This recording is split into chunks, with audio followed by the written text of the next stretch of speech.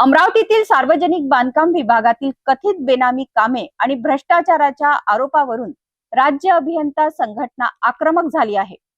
2216 आणि 2059 या लेखाशीर्षा अंतर्गत सुरू असलेल्या कामांमध्ये मोठ्या आर्थिक गैरव्यवहाराचा आरोप करत संघटनेने अधीक्षक अभियंत्यांना निवेदन दिले आहे। प्रत्यक्ष कामाची शहानिशा करून दोषींवर गुन्हे दाखल करावेत, अन्यथा तीव्र आंदोलन छेडण्याचा इशाराही संघटनेने दिला आहे।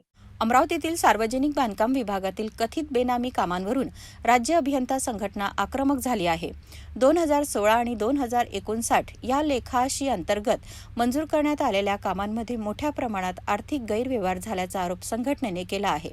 संघटनेच्या म्हणण्यानुसार 10 लाख रुपयापेक्षा कमी रकमेची अनेक कामे मजूर सहकारी संस्थाच्या नावावर मंजूर करून अनियमितता करण्यात आली आहे।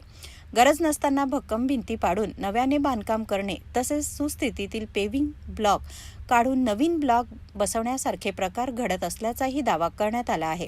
काही कामांबाबत संबंधित कनिष्ठ अभियंत्यांनी कार्यरंभ आदेश दिले नसल्याचा आणि अंदाजपत्रक तयार केले नसल्याचा खुलासा केल्याचे संघटनेने निवेदनात नमूद केले आहे।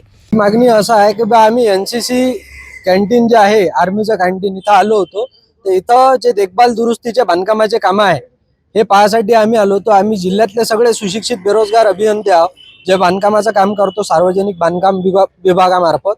तर इथं काम चालू होतं, त्या कामाबद्दल आम्ही माहिती घ्यायला आलो का बघ हे काम कोण करत आहे। तर काम हे सार्वजनिक बांधकाम विभाग करत नाही आहे, काम एनसीसी करत आहे। ते एनसीसीच्या अधिकाऱ्याला विचारलं का बा हे काम तुम्ही कोणत्या अधिकारात लावलं, तुम्ही टेंडर लावले, कोटेशन केले, तर त्याचं असं म्हणणं आहे की बा हे काम आम्ही करत नसून म्हणजे हे काम आमचंच आहे, आम्ही जसं वाटतं तसं करू राहिलो। तुम्हाला याच्यात काही त्रुटी आढळत असेल तर तुम्ही आम्हाला सांगा, आणि तुम्हाला जर काही माहिती पाहिजे असेल या कामाबद्दल तर तुम्ही कलेक्टरकडे जाऊन विचारणा करा। ऍक्च्युअली या कॅम्पसमध्ये जास्तीत जास्त जे काही बांधकामाचे कामं आहे किंवा देखभाल दुरुस्तीचे कामं आहे ते सार्वजनिक बांधकाम विभागाचे असते, पण हे न करता आता एनसीसीनं स्वतःच काम करणं चालू करून दिलं किंवा बांधकाम आम्हीच करू, म्हणजे असं की त्यांच्या कार्यक्षेत्रात ही येणारी गोष्ट नाही आहे तरी हे बांधकाम करू राहिले। ही या बाबतीत आम्ही त्याला चौकशी केली असताना त्यानं आम्हाला टेंडर दाखवले ना कोटेशन दाखवले। त्याचं एवढंच म्हणणं आहे का बा आम्ही आमच्या हिशोबाने आम्हाला अर्जंट होतं म्हणून आम्ही काम एक एजन्सी पकडून फायनल करून टाकला। नमस्कार, मी उज्ज्वल पांडे, जिल्हाध्यक्ष, राज्य अभियंता संघटना, अमरावती जिल्हा।